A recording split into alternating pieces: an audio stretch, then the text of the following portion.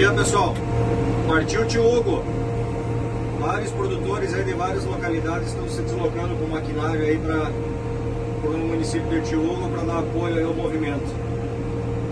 Fica o convite aí, todo produtor que levar um trator pelo menos aí da sua propriedade para o movimento, nós já vamos ter um grande resultado aí.